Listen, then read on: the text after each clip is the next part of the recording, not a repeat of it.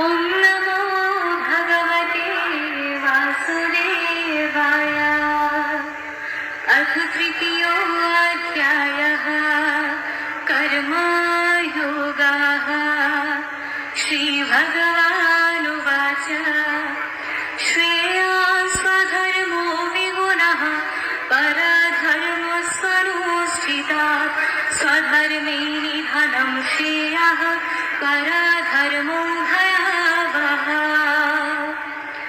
ॐ सहना भवतु सहनो भुनक्तु सह वीर्यं करवावहै तेजस्विनावधीतमस्तु मा विद्विषावहै।